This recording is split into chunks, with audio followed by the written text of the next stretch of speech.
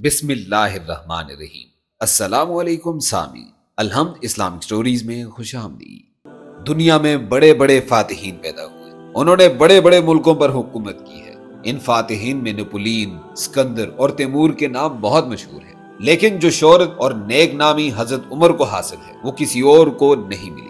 हजरत उमर ने जो इलाका फतह किया वहां उन्होंने हुस्न तदब्बर से काम लिया कि सारे मुल्क में एक ही सी हालत कर दी। जब मुल्क शाम फतह हो गया तो उन्होंने मुसलमानों को मजीद फतूहात की इजाजत नहीं दी। इस कदर मुल्क फतह हो चुका था कि अब उसके इंतजाम की तरफ तवज्जो देनी थी। चुनांचे मफतूहा इलाके को मुख्तलिफ हिस्सों में तकसीम करके गवर्नर मुकर्रर किए गए। हजरत उमर की खिलाफत के 5वें या 6ठे साल हजरत खालिद मदीना में वफात पा गए। हजरत खालिद मरजुल मौत में फरमाते थे, मैंने अरसा तक मुशरिकीन के खिलाफ जिहाद किया और 20 जंगों में जामे शहादत की तलब के लिए जान तोड़ लड़ाई की। आप अपने आप को 12,000 कुफार के निर्गे में डाल देते थे, लेकिन अफसोस शहादत की आरजू पूरी न हुई। मेरे जिस्म पर कोई ऐसी जगह नहीं जहां तलवार या नेज़े के निशान न हो, लेकिन अफसोस मुझे मौत ने बिस्तर पर आ दबोचा। मैदान जिहाद में शहादत नसीब न हुई। इस्लाम का ये बहादुर सिपाही यही हसरत या अल्लाह को प्यारा हो गया। तारीख गवाह है कि जिस नेक दिली और हौसले से हजरत खालिद ने अमीरुल मुमिनीन के अहकाम की तामील की, उसकी मिसाल कहीं नहीं मिलती।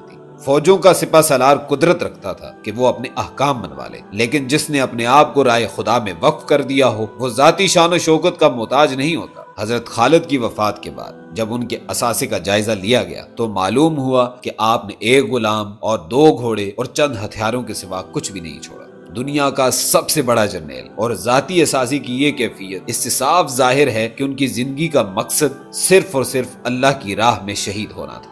उनकी जान अल्लाह की राह में वक्फ थी और माल भी अल्लाह की राह में खर्च हुआ। जब हजरत उमर को उनकी वफात की तला मिली तो बेहद गमगीन हुए और उन्होंने फरमाया कि मुसलमानों को ऐसा नुकसान पहुंचा है जिसकी तलाफी नामुमकिन है। हजरत खालिद ऐसे जर्नैल कि अब शायद ही कोई उनकी जगह ले सके, वो दुश्मन के लिए मुसीबत थे। जब हजरत खालिद का जनाजा उठाया गया तो आपकी हमशीरा फातिमा बिन्त वलीद अपने भाई की मुफारकत में जिगर खराश नाला फगां करती थी। उस वक्त हजरत उमर भी बर्दाश्त न कर सके और बेख्तियार उनकी आंखों में आंसू आ गए। एक दिन हजरत उमर ने हजरत खालिद रजी अल्लाह की वालदा को देखा कि बेटे के गम में हड्डियों का ढांचा रह गई। आपने दरियाफ्त फरमाया, ये बीबी कौन है जो इस कदर मगमूम और परेशान है? लोगों ने अर्ज किया कि यह हजरत खालिद रजी अल्लाह बिन वलीद की वालदा है।